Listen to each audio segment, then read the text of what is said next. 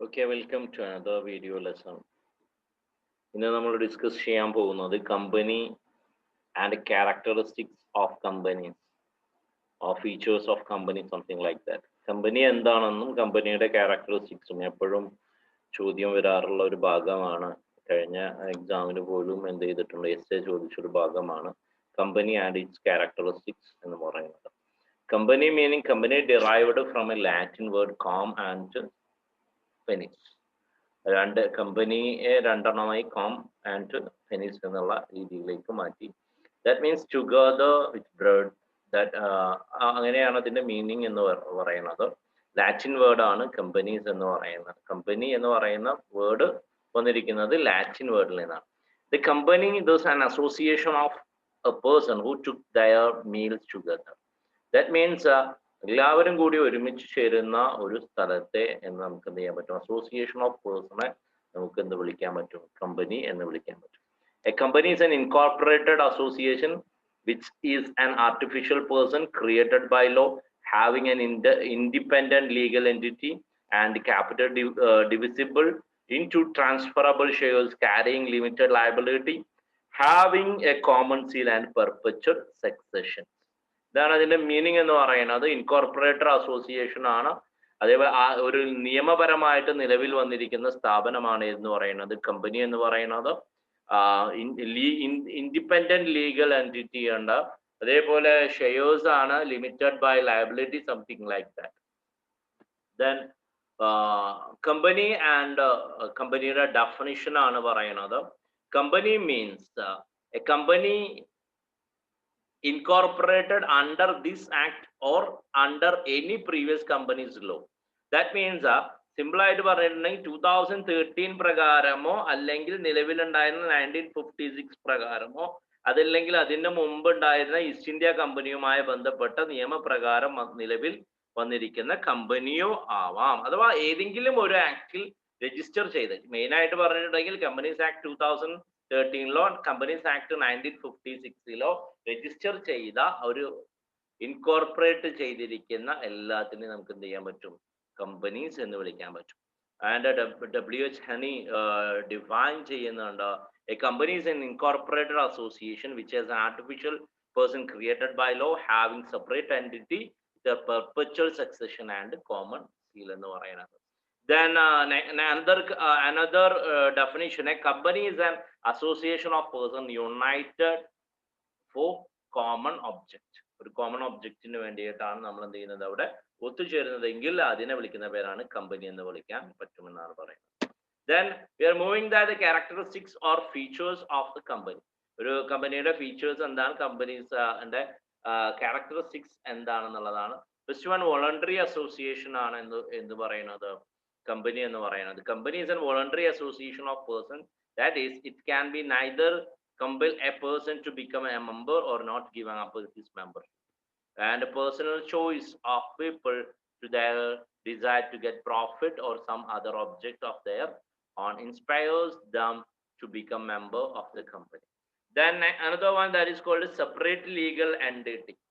Separate legal entity ഓരോരുത്തർക്കും എന്തുണ്ട്, separate legal entity. That means കമ്പനിക്ക് കമ്പനിയുടെ പുറമേ ഉള്ളവർക്ക് കേസ് കൊടുക്കാനും കമ്പനിക്ക് തിരിച്ച് കേസ് കൊടുക്കാനുമുള്ള അവകാശമുണ്ട്.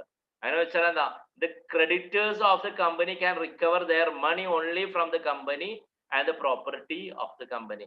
അഥവാ company can hold and deal with any type of property in its ownership in any way it takes, it likes. It can be entered into a contract, open bank account its own name, sue and to be sued by its members as well as outsiders.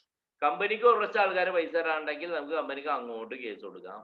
Company ആർക്കെങ്കിലും പൈസ കൊടുക്കാനുണ്ടെങ്കിൽ തിരിച്ചും എന്ത് ചെയ്യും, അതിന്റെ ബുദ്ധിമുട്ട് ഉണ്ടാവുകയും ചെയ്യും. അഥവാ സെപ്പറേറ്റ് ലീഗൽ എൻറ്റിറ്റി, അഥവാ നമുക്ക് സിമ്പിൾ ആയിട്ട് കോൺട്രാക്റ്റിൽ എൻ്റർ ചെയ്യാനും അതേപോലെ ബാങ്ക് അക്കൗണ്ട് തുടങ്ങാനും ഒക്കെ ആർക്ക് പറ്റും, കമ്പനിക്ക് പറ്റുകയും ചെയ്യും. Perpetual succession it's an important one. Continuous existence ആണ്.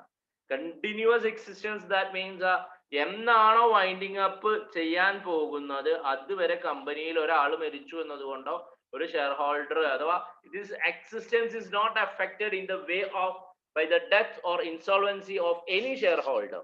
ഒരു ഷെയർ ഹോൾഡർ മരിച്ചു എന്നതുകൊണ്ടോ അല്ലെങ്കിൽ അയാൾ ഇൻസോൾവെന്റ് ആയി എന്നതുകൊണ്ടോ കമ്പനി എന്ത് ചെയ്യില്ല, പൂട്ടിപ്പോകില്ല. പകരം എന്താണ്, കമ്പനിക്ക് എന്തുണ്ടോ, കമ്പനി എന്നാണോ വൈൻഡിങ് അപ്പ് ലീഗലി എന്ന് പറയാം, കോർട്ട് ഓർഡർ പ്രകാരം വൈൻഡിങ് അപ്പോ അല്ലെങ്കിൽ കമ്പനി അടച്ചുപൂട്ടുകയാണ് എന്നുള്ള രീതിയിലേക്ക് പോകുന്നത് വരെ അതിനെന്താണ്ട തുടർച്ചയാണ്. കണ്ടിന്യൂസ് എക്സിസ്റ്റൻസ് എന്നാണ് പെർപെച്വൽ സക്സഷന്റെ ഒരു കാര്യം എന്ന് പറയുന്നത്. And it is created by limited by liability.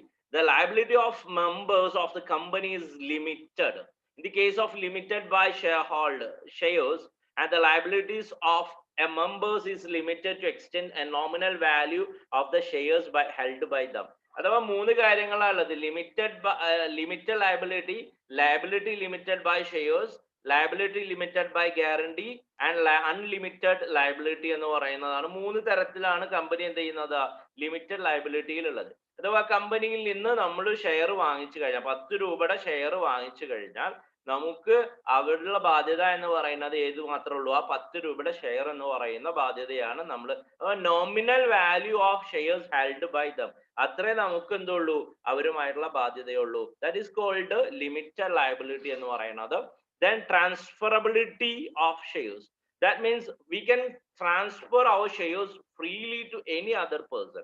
ഒരു പബ്ലിക് ലിമിറ്റഡ് കമ്പനിയാണ് നമ്മൾ ഫോം ചെയ്യുന്നത്. പബ്ലിക് ലിമിറ്റഡ് കമ്പനിയുടെ ഷെയർസ് എപ്പോൾ വേണമെന്നുണ്ടെങ്കിലും ആർക്ക് വേണമെന്നുണ്ടെങ്കിലും എന്ത് ചെയ്യാം, നമുക്ക് ട്രാൻസ്ഫർ ചെയ്യപ്പെടാവുന്നതാണ്. Section 44 states that the principles by providing that the shares or other interest of any members in a company shall be movable property transferable in the manner provided by the articles of the company. Company ആർട്ടിക്കിൾസിൽ പറഞ്ഞ പ്രകാരം നമുക്ക് എന്ത് ചെയ്യാൻ പറ്റും, ആ share transfer ചെയ്യാൻ പറ്റും. അപ്പോൾ ഒരു പബ്ലിക് ലിമിറ്റഡ് കമ്പനിയെ സംബന്ധിച്ചിടത്തോളം നമുക്ക് ഫ്രീ ആയിട്ട് നമ്മുടെ ഷെയർ എന്ത് ചെയ്യാം, ട്രാൻസ്ഫർ ചെയ്യാം. പക്ഷെ പ്രൈവറ്റ് കമ്പനിയെ സംബന്ധിച്ചിടത്തോളം ഏത് പറ്റില്ല, ട്രാൻസ്ഫറബിലിറ്റി ഓഫ് ഷെയർസിന് റെസ്ട്രിക്ഷൻസ് ഉണ്ട്. Then it is artificial legal person. അതെന്താ, ഇത് നമ്മൾ രജിസ്റ്റർ ചെയ്യുന്നത് ഒരു കമ്പനീസ് ആക്ടിലായതുകൊണ്ട് തന്നെ അവിടെ ആ വ്യക്തി എന്തായിട്ട് മാറുന്നു, ആർട്ടിഫിഷ്യൽ ലീഗൽ പേഴ്സൺ ആയിട്ട് മാറുകയും ചെയ്യും. It is created by the process of other than natural birth. ഒരു നാച്ചുറൽ ബർത്തിനേക്കാൾ അല്ല നമ്മൾ എന്ത് ചെയ്യുന്നത്, ഇതൊരു ക്രിയേറ്റഡ് ആണ്. സോ നമുക്ക് എന്ത് സംഭവിക്കും, അവിടെ നമ്മൾ ലോ പ്രകാരം നിലവിൽ വരുന്നു, കമ്പനീസ് ലോ പ്രകാരം നിലവിൽ വരുന്നത് കൊണ്ട് തന്നെ അവിടെ എന്തുണ്ട്, it is called artificial legal person. And it having common seal. As a company is an artificial person, it acts through the natural persons who are known as directors. All contractors entered into by directors must be under the common seal of the company. The common seal with the name of the company engraved on it is used a substitute for its signature. That means common seal എന്ന് പറയുന്നത് company name. അഥവാ നമ്മൾ ഇത് ഒരു natural birth അല്ലാത്തത് കൊണ്ട് അല്ല എന്ന് പറഞ്ഞു, അതുകൊണ്ട് തന്നെ ആർട്ടിഫിഷ്യൽ പേഴ്സൺ ആണ്. അപ്പോ ഈ കമ്പനിയുടെ എല്ലാ കാര്യങ്ങളും നടപ്പിലാക്കുന്നതിന് വേണ്ടിയിട്ട് നമ്മൾ എന്ത് ചെയ്യുന്നു, ഒരാളെ അപ്പോയിന്റ് ചെയ്യുന്നുണ്ട്. ആ ഒരാളെയോ ഒന്നിൽ കൂടുതൽ ആൾക്കാരെയോ നമ്മൾ അപ്പോയിന്റ് ചെയ്യുമ്പോൾ അവരെ വിളിക്കുന്ന പേരാണ് ഡയറക്ടർ ഓർ ഡയറക്ടേഴ്സ് എന്ന് പറയുന്നത്. ഈ ഡയറക്ടർ അല്ലെങ്കിൽ ഡയറക്ടേഴ്സ് ആണ് എന്ത് ചെയ്യുക, കമ്പനിക്ക് വേണ്ടിയിട്ടുള്ള എല്ലാ കോൺട്രാക്ട് ഉണ്ടാക്കുന്നതും കോൺട്രാക്റ്റിൽ സൈൻ ചെയ്യുന്നതും മറ്റു കാര്യങ്ങളൊക്കെ ചെയ്യുന്നത്. അത് കമ്പനി നെയിം വെച്ചുകൊണ്ട് അവരെന്ത് ചെയ്യും, ആ കാര്യങ്ങൾ ചെയ്യും. ഇവിടെ ശ്രദ്ധിക്കേണ്ട കാര്യം എന്താണ്, ഇത് 5th ചാപ്റ്ററിൽ നമുക്ക് ഡിസ്കസ് ചെയ്യാനുള്ള ഭാഗമാണ്. അഥവാ ഇങ്ങനെ നമ്മൾ കമ്പനിയുമായി ബന്ധപ്പെട്ടിട്ട് ഒരു ഡയറക്ടർ വന്നു, ഡയറക്ടർ മിസ്യൂസ് ചെയ്തു എന്ന് വിചാരിക്കുക. അപ്പൊ അതിന്റെ ബേർഡൻ ആര് താങ്ങേണ്ടി വരും, ഡയറക്ടർ താങ്ങേണ്ടത് വരും. അത് നമുക്ക് ഡീറ്റെയിൽഡ് ആയിട്ട് ഡിസ്കസ് ചെയ്യാനുണ്ട്. Then capacity to sue and to be sued. അഥവാ കമ്പനിക്ക് അങ്ങോട്ടും ഇങ്ങോട്ടും എന്ത് വരാം, കമ്പനിയെ സംബന്ധിച്ചിടത്തോളം കേസുകൾ കൊടുക്കാൻ, അങ്ങോട്ട് കേസ് കൊടുക്കാം, ഇങ്ങോട്ടും കേസ് കൊടുക്കാം. Large amount of capital means company capital offers the amount invested in the company so that it can carry on its activity. Company can raise huge amount by the way of shares from among the shareholders. That means ഒരു കമ്പനിയെ സംബന്ധിച്ചിടത്തോളം company form ചെയ്തു, company എന്ത് ചെയ്തു, promotion നടത്തി, incorporate ചെയ്തു. Third stage എന്ന് പറയുന്നത് റൈസിംഗ് ഓഫ് ക്യാപിറ്റൽ ആണ്. ആ റൈസിംഗ് ഓഫ് ക്യാപിറ്റൽ എന്ന് പറയുന്നത് ഒരു പബ്ലിക് ലിമിറ്റഡ് കമ്പനിയെ സംബന്ധിച്ചിടത്തോളമാണ് ആ തേർഡ് സ്റ്റേജ് എന്ന് പറയുന്ന ക്യാപിറ്റൽ റേസ് ചെയ്യുന്ന പറയുന്നത്. അപ്പോൾ ഷെയർ ഹോൾഡേഴ്സിന് നമ്മുടെ ഷെയർ, നമുക്ക് എത്രയാണോ ആവശ്യമുള്ള പൈസ അതിനെ യൂണിറ്റ് ആയി ഡിവൈഡ് ചെയ്ത് ഷെയർസ് ആക്കി മാറ്റിയിട്ട് നമ്മൾ എന്ത് ചെയ്യണം, പബ്ലിക്കിന് ഇഷ്യൂ ചെയ്ത് അവരിൽ നിന്ന് ഫണ്ട് റേസ് ചെയ്തുകൊണ്ടാണ് നമ്മൾ കമ്പനിയുടെ ഡേ ടു ഡേ ആക്ടിവിറ്റീസ് എന്ത് ചെയ്യുന്നത്, മുന്നോട്ട് കൊണ്ടുപോകുന്നത്. അപ്പൊ കമ്പനിക്ക് ആവശ്യമുള്ള പൈസ കമ്പനി ആരിൽ നിന്ന് കണ്ടെത്തുന്നു, പബ്ലിക്കിന്റെ കയ്യിൽ നിന്ന് കണ്ടെത്തുകയും ചെയ്യുന്നു.